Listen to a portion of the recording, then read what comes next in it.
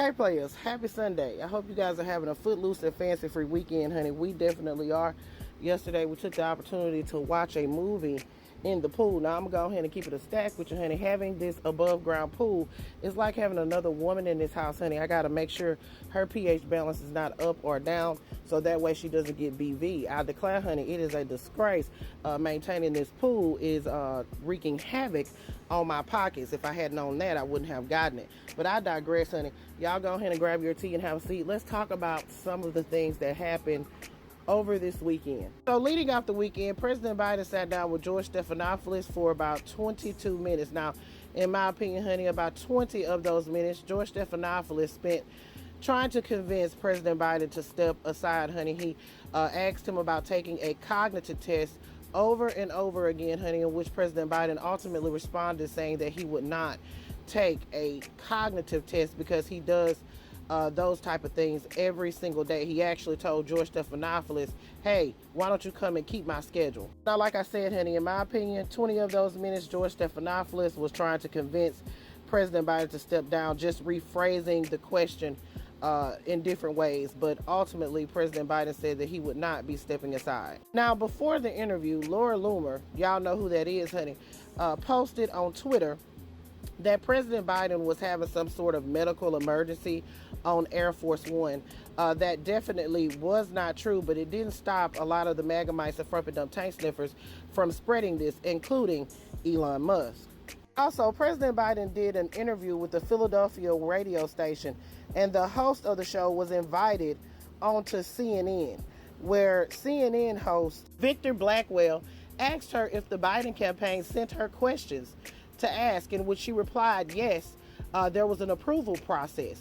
And this is something that they have ran with over this weekend. CNN, MSNBC, The Hill, The Daily Beast, The New York Times, hell, even TMZ ran with this narrative like it's odd for a candidate to send a list of questions. When I interviewed Marcus Flowers a few years ago, I had to send them the questions. They didn't disapprove of any of the questions, but I did send them the questions prior to the interview. Now, we did talk about things that were current that happened after I sent the questions, but it is standard practice. It's absolutely nothing wrong with candidates sending questions. Also, during this interview, Victor Blackwell chose to press the host on a little slippage by President Biden where he said during the interview that he was the first black woman president or something, when the host actually checked him and said, look, I don't know if it was the speech impediment or what was going on, but we know exactly what President Biden meant. He meant he appointed the first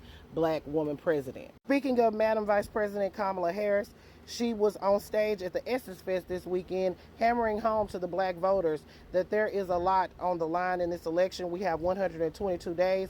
We cannot be playing around, and President Biden is definitely the candidate that we need to be supporting to protect democracy. Now, over in New Orleans, we have the beautiful Essence Fest going on, beautiful melanated black people out celebrating their blackness. But over in Nashville, we had the Patriot Front marching through the streets of Nashville with their faces covered up and flying their American and Confederate flags. I declare, honey, what a disgrace. Thankfully, they did not have one of those frisking sessions out there in the streets. I'm pretty sure y'all remember how the Patriot Front trains their people to frisk each other. Now back on over to Twitter, honey, because unfortunately McCain was trending again for all the wrong reasons. She scurried on over and said that there's absolutely nothing that President Biden could have said during his interview that would change her mind that he is cognitively incapable of being president. She also said that Dr. Jill Biden will not be remembered kindly in American history. Of course, the congregation of the internet streets were quick to remind Nepo baby Meghan McCain that Joe Biden was one of her father's best friends, and the man that he is running against called her father a loser. It made fun of him being a POW, saying he likes people that don't get caught. And also, we know that Frumpy Dump denied that he had anything to do with Project 2025, but of course the congregation of the internet streets is reminding Frumpy Dump that he is Project 2025. All right, players, put your thoughts in the comments. As far as the media goes, they have definitely picked a side in this. Not sure why this happened, but it's definitely happened, and I had to unsubscribe to several of these so-called media networks. All right, players, put it in the comments. This is Double D Mo for the Black Street News.